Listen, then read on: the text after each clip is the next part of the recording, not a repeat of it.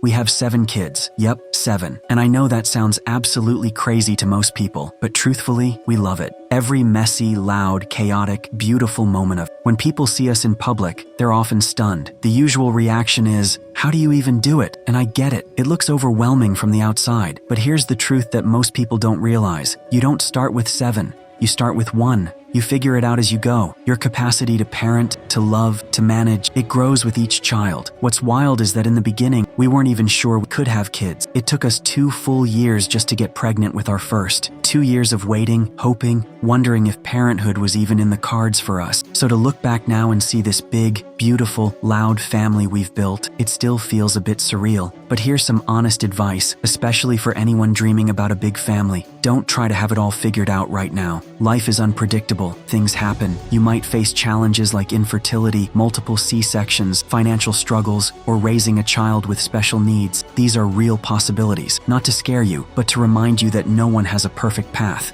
Every family story unfolds differently. You will stress yourself out if you try to map out the entire journey in advance. Instead, take it one step at a time, one kid at a time, one day at a time. Let your life and your love grow naturally. I was listening to a podcast recently, and something the guest said really stuck with me. He was an economist, not a pastor or family counselor, and he mentioned a fascinating trend he'd noticed. Couples with large families often share one common trait: deep religious or spiritual beliefs. Not one specific religion, but a genuine, deeply held faith that shapes how they view marriage, parenting, and life in general. That faith gives them strength, purpose, and perspective. If you're in a relationship and thinking about building a big family, I'd encourage you to explore those beliefs together. What do you both value? How do you see family life? What do you want your future home to look like? Not just physically, but spiritually and emotionally. And here's probably the most important piece of advice I can give you. Develop a servant's heart. Start right now by loving and serving your partner. Because marriage and parenting are both about giving more than taking. When kids come along, that mindset becomes even more essential. You'll be tired, you'll be challenged, you'll be stretched beyond what you thought was possible. But if you approach each day with humility, patience, and a willingness to serve your family, even when it's hard, that's where the magic happens. The best parents aren't the ones with perfect schedules or spotless homes. They're the ones who show up, who listen, who try again after they mess up, who love fiercely, who grow one day at a time, right alongside their kids. So no, we didn't plan to have 7 kids from the start, and we definitely didn't have it all figured out, but we leaned into the journey, and with every child, our hearts and our home just got bigger.